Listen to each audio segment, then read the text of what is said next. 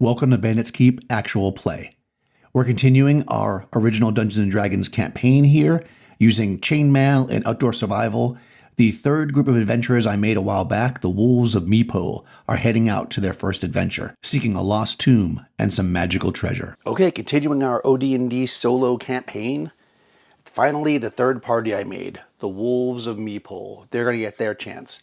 Now, it is actually January 30th as I'm recording this. I'm trying to record ahead of time. So, because I'm keeping a one-to-one, time on some level, some of the results that we've had, like locations of lairs and some of the people coming back, haven't happened yet. So what's available to them are these three maps. This one came in on the 21st of January from the new mapper, I believe. And then these three are from a previous mapper.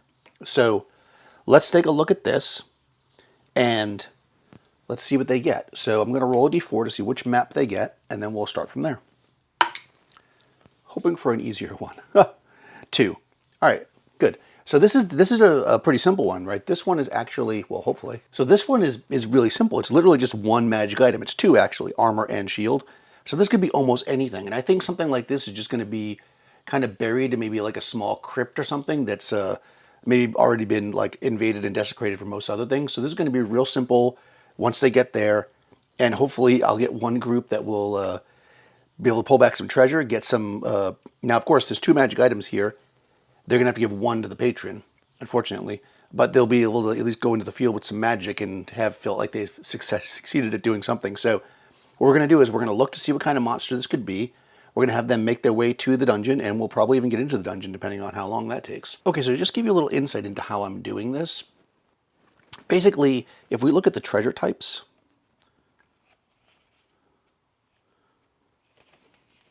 here, we can see that any one of the treasure types can have a magic item. So basically, any monster that has treasure, there are a few monsters, if we look here, that as far as their lairs and stuff, they don't have treasure. Like skeleton zombies wouldn't have treasure. I think regular animals don't have treasure, stuff like that. So what I'm going to say is, it makes sense that it's some kind of a tomb. So the first type of undead that would have that would be a ghoul. Since it's a very small stash of treasure, I'm just going to say there's a ghoul. And the ghoul's going to be guarding the magic that's there. And then any other treasure we find here, or any other monsters we find here, are going to be just basic wandering monsters. And we're going to use basic, just unguarded treasure. So we're going to keep this one real simple. But let's get there first. So again, the way we do this is, I'm using the Outdoor Survival map. And we know where the treasure is. It's 12 to the right, 6 down. So if we take our ruler and we put it here, we see 12 to the right is basically here somewhere. So let me do the 6 down first. So 6 down basically puts it here. So it looks like it's just off the... All right, so 6 down is here, and 12 is here. So it's got to be this hex. So it's in the mountains, which is less than ideal, shall we say. Because mountains aren't great to be going through, but it is what it is. Now we got to figure out where the party's going to start from. There's a little deal over there in the corner. We're going to roll a d6. It's going to tell us what quadrant we're coming in from. 6. Okay, coming in from over here. So basically, generally speaking, we come in from a clear spot. So it could be, it's going to be like up here in this corner that we're going to come in from. And because just to keep things a little simpler, I'm going to I can pick, right, where I want. I'm going to kind of come in as close as possible. You make my life easy, right? So we've got our halfling, which is, I usually put them in the center of the area that we're picking. So right there is good. And that's going to be our starting point. So let me clear this off and get set up for this. Let's get to the dungeon and let's see if we can get inside. Okay, so I run this similarly to the way I run the mapper, except we use the OD&D rules, which is basically if they're on foot, which they are, they're going to be able to move 3 hexes a day. I roll 1d6 in the morning. That will tell me if they get lost. And then we'll check the same die in the evening to see if they had an encounter based on their terrain. They're starting off with 3 weeks of rations. If they stop at a hex that has an animal on it, they can hunt, and they will receive extra rations for that. So we'll deal with that when the time comes, but let's just start. Day 1. Oh, right, they're leaving today, which is January 30th. Okay, so they're in the clear. I rolled a 1, which means that they don't get lost, and they can move 3 hexes.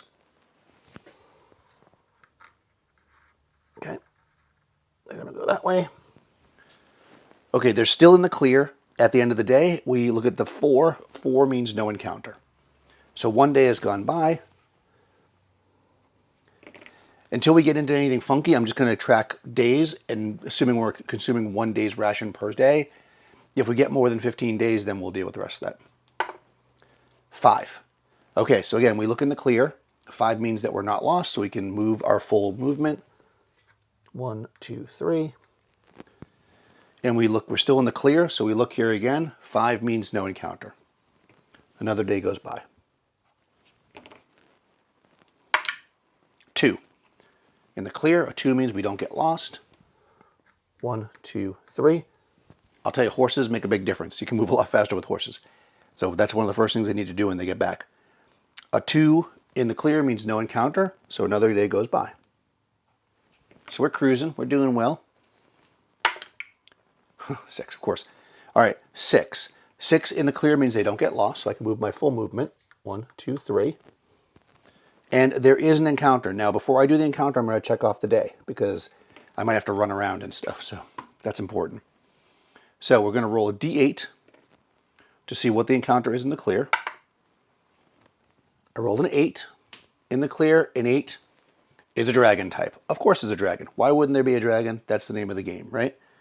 I'm going to roll on my dragon types. And I'm going to see that it's 2. It's a white dragon. Now, I know sometimes some of this stuff doesn't line up, because why would there be a white dragon here unless it's frosty? But, you know, it is what it is. So what we're going to do is we're going to look over at Monsters and Treasure, the second book. We're going to look up dragon. So if we look at dragons, we can see that there's between 1 and 4 of them, and there's a 60% chance that this is their lair. So why the lair would be here, who knows? Magic. So let's roll to see if it's their lair. 53, so it is. It's actually, that's really good. To discover a dragon's lair is very, very good, because it's packed full of treasure, of course, although obviously at their level, they're not going to be able to deal with that. I need to put something on the map to represent where the dungeon is, so I can use the 4-sided die. Let's swap that, so I can use the 4-sided die to see how many dragons there are. It didn't roll very much, but 2. It says 50% of the total number of dragons there could be. All right, and I need to now look to see how big our party is, because all this matters. We're going into evasion at this point, because obviously we're going to run from the dragon. Okay, so I'm just going to check the group size here. So there are 8 party members, and I just want to see if they have any mules. Because I do count. Although you could cheat this by having them ride the mule. Okay, so I checked the party size. There's 10 of them total.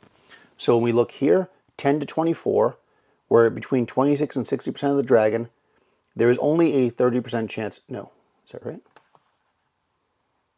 Yeah, there's only a 30% chance that we're going to be able to avoid this dragon. If we cannot avoid the dragon, I'm going to probably sacrifice one of the mules to the dragon, because that's something you can do. But let's just see if we can evade them. 63. Okay, we cannot evade them, so at least this turn, we need to roll 1 die to see which way we go. Randomly, we have to move 1 hex. So this way, trying to avoid the dragon. It is twice as fast as us, so it normally would follow us, but we're gonna leave the mule. First, I'm gonna check this day off so I don't forget. Okay, so the way this works is in the dungeon, you can throw down food, and there's only a 10% chance an intelligent monster like a dragon would be distracted by food normally, but you gotta think, why is a dragon out here? It's because it's hunting. This is not its lair. Oh, actually, it is its lair. Okay, so you know what? So no, it's trying to run us off. So it's not going to be, it's only gonna have a 10% chance that it's gonna stop following us because we sacrificed the mule. 33, okay. So it follows us. So that's all fine. However, it did reduce the number of people in our party to 9, which does make a difference for us. So we sacrifice 1 mule, and we move to the next day. So once again, we only have a 30% chance. We can't beat a dragon, so we're not going to try to fight the dragon. We're just going to have to keep running until we can get away from it, which we will be able to do eventually, hopefully. Or, you know, we'll get wiped out. Because you're supposed to stop once every 7 days, and we're actually already on day 5. So if we don't, yeah, we may have to, I don't know what we're going to do. We may have to die from the dragon. That would be incredibly terrible. Okay, so we sacrificed the mule. Our party size is a little bit smaller, so that actually helps us.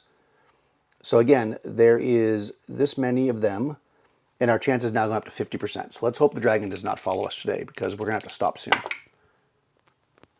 38. Okay, we managed to evade the dragon. Now, we did have to spend a day evading, which means the next day we have to rest half the day. So we're going to get half our movement. So I'm just going to say we get 1 hex instead of... actually, no, we'll make it 50-50. We'll either get 1 hex or 2, depending on this die. We can only move 1 hex the next day. And actually, I think we're just going to choose to rest this entire day because you need to rest 1 day for every 6, like on the 7th day, basically. We'll just rest a day early. It's easy enough for us to do. And actually, I'll start this counter again so I can remember to do that because we got to rest on the 7th day. Okay, so 6 full days have gone by. We are now in the clear. We did locate a dragon's lair, which was right there. We need to mark that on the map. I'll measure it out in a minute. We can just make a note here. Let's just measure it out now so I don't forget. Let's see. It's a white dragon, too, of all things. So the dragon's lair is at 10 and 2. Now, when I rolled the number of appearing for the evasion, I basically just use that for the evasion purposes. When we actually go to the dragon's lair, we'll figure out exactly what's there. So anyways, we rested. Next day, let's move on. 2. We're in the clear, so we're back to our regular process here. In the clear, a 2 does not mean we're lost, which is good. So we can move 3 squares. And in fact, we're probably going to need food. So 1, 2. Actually, that's as far as we can go anyways, because these paths actually take 2. That's as far as we can go. So just by default, we're going to pick up some extra rations. We got 8 times 2, so I'll just make a note of this. 16 rations. And again, that's 16 total rations, not 16 days. So we're basically now carrying a few extra rations. That's basically 2 more days' rations if you want to think about it like that. A day goes by. Oh, I actually should have marked the resting day too. There we go. Because I want to, get to track our days. Flip this down. This was a moving day. And we go to the next day. 5. Oh, this is not good for us. Okay, so meta. I know there's going to be an encounter, but it is what it is. So I'm going to move here. I'm on a trail now.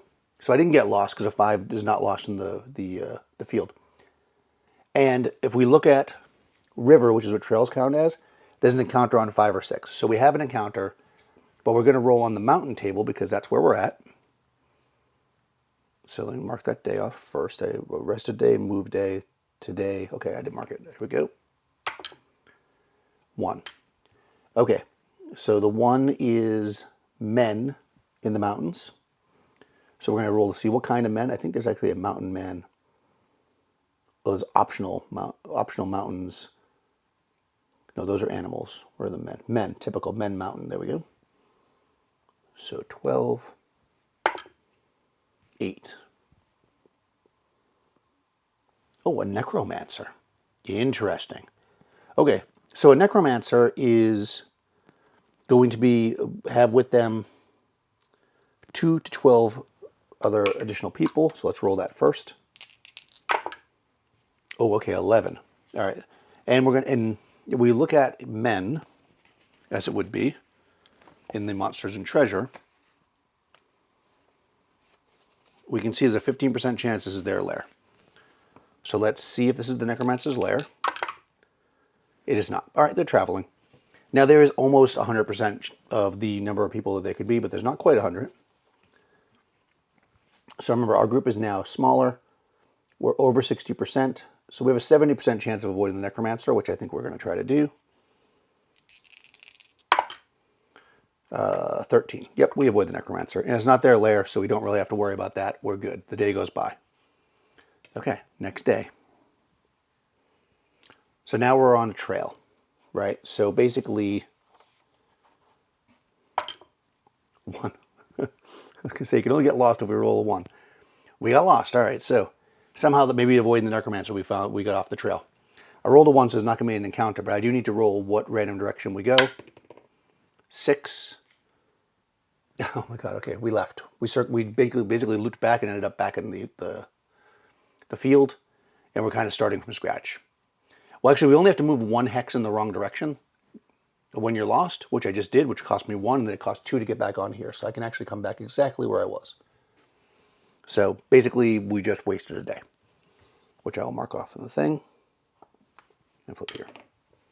Okay, next day, 2. On the river, a 2 means we don't get lost. Move 1 hex. Tomorrow I can move 2 hexes. I look, I'm on the river, there's no encounter. That goes by. That goes by. Next day, 1. How do we keep getting lost on the trail? Oh my God, okay. We go in direction number 1, which is basically back here. That costs us 2 movement, so, and today we can move 2 hexes, so we'll do the same thing, we'll just go back again.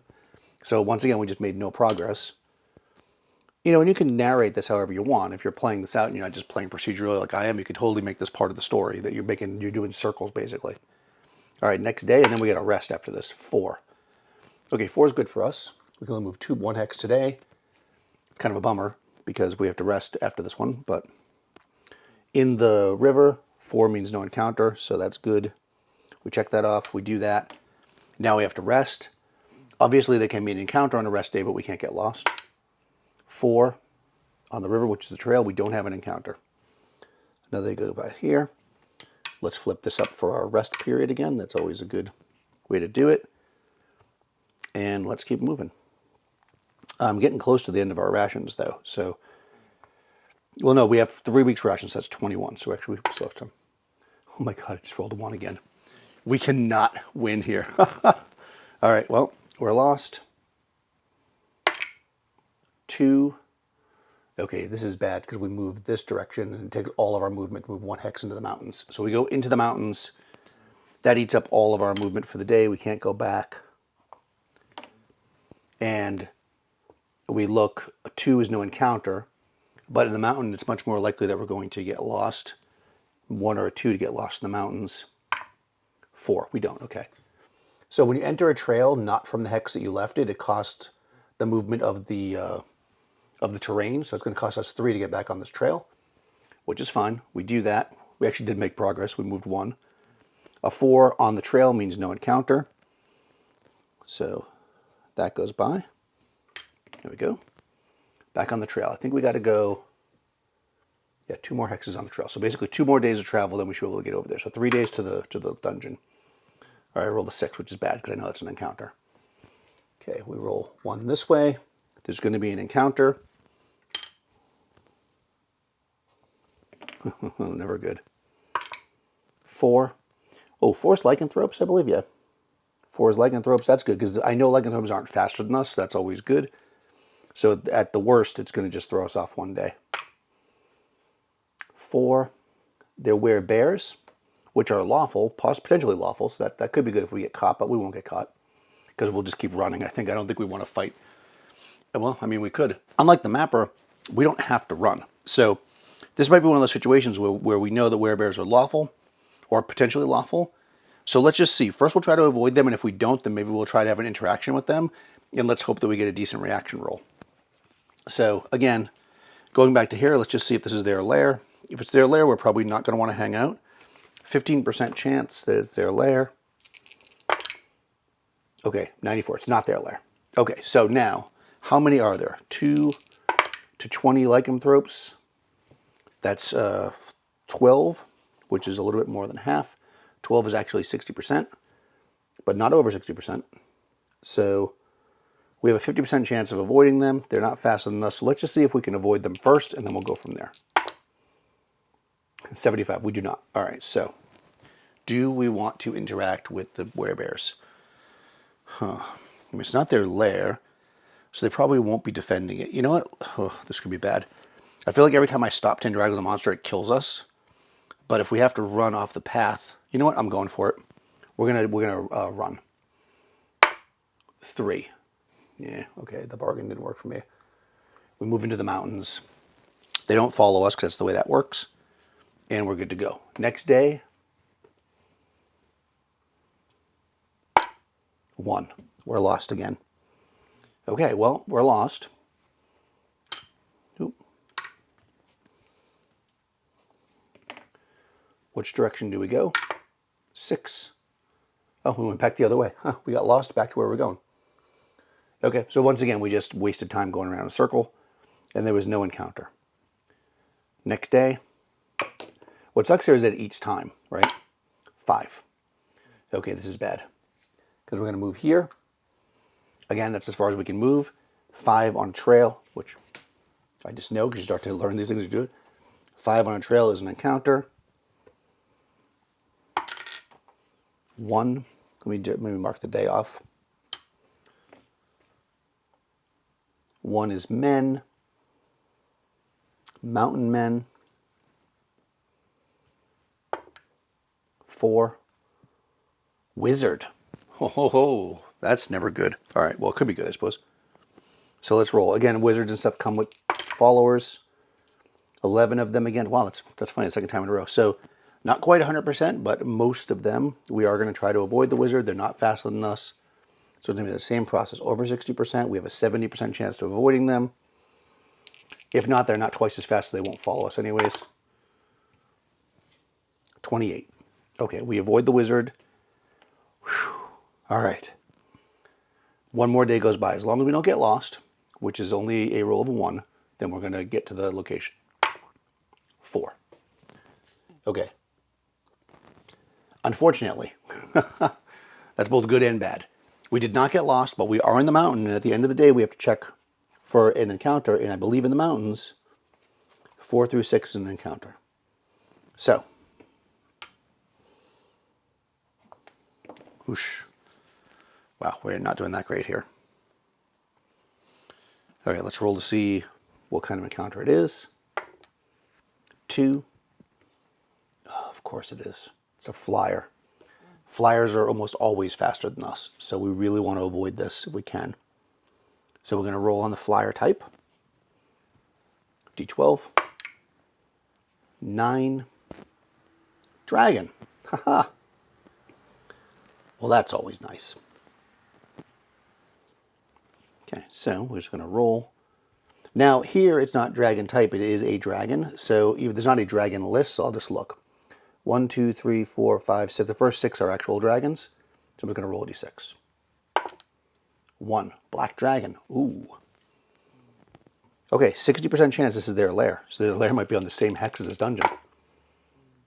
No, it's not their lair. Okay, so it's not their lair. There's a d4 black dragons here. Let's hope for a high number here. 2. Okay, so there's half the number. Oh, I think I didn't do this right last time, but that's okay. So 25 to 60, 50%, but there's a minus 25% because they're twice as fast as us. So we only have a 25% chance of avoiding these dragons. And we don't want to fight a black dragon. 20. Oh, thank you. All right. We avoid the dragons, and into the dungeon we go. Wow. Okay, so we'll count that as a day. Actually, I guess I should roll. We're resting a day. Oh, okay, there's going to be an encounter on the day after the day we rest. So, and let me just roll to see what that is. 1, men. Okay, interesting. I think 1's men. Again, you start to learn these. Maybe they're going into the dungeon. 8. Superhero. Oh, okay. Fighter type. Interesting. Again, superheroes are... they'll have some people with them. Okay, he's got 6 people with him, so they're only about 50% strength. Again, I feel like we should try to avoid them always. So they're not twice as fast as us. We look here again. We have a 50-50 chance of avoiding them. Let's just try that. We may not move if we don't. I might just go for a reaction roll, because here we are at the dungeon. It's kind of, oosh. 90. We do not avoid them. Well, we're resting. We really shouldn't move. So I'm going to actually have an encounter with the superhero in their group. And the very first thing we want to do is we're going to decide on their alignment. So I'm going to basically use the sword rules, because that's the only place I can think of where they have a random alignment thing. So magic swords have an alignment. I mean, I could just make it an even chance of all, but I don't think that's really the way that I would do it anyways, because I feel like most people in my worlds anyways are lawful, and I'm pretty sure that's the way the swords are. Okay, yep. Okay, so yeah, so roll percentile. We're going to roll percentile to see what the alignment is of the sword. 42. Okay, so the superhero is lawful. That's a good sign. So I'm going to give it, because we're also lawful, so I'm going to give a +2 to the reaction. And, I mean, they're humans, so I was going to say we're going to see if they speak their languages. They're humans because they're fighting. I mean, they could be some other... No, superhero would have to be human because none of the other races can get that high. So basically, we have a lawful superhero in the area.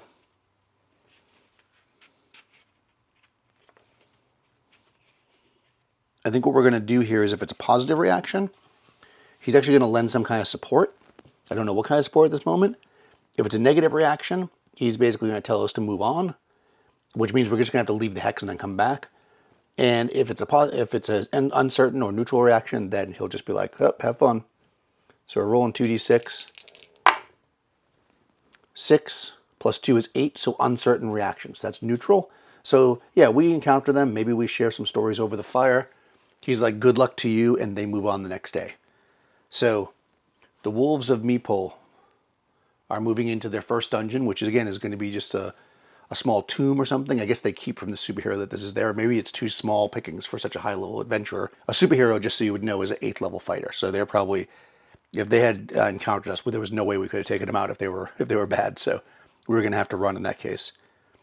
So the day went by. That was literally the 21st day. So we're out of rations. But remember, we picked up 2 days' rations. And there's actually hunting down here. So when we come out of the dungeon, we're going to have to go this way probably to get some food. Otherwise, we're really going to find ourselves in a lot of trouble. So we're not going to be able to go straight home.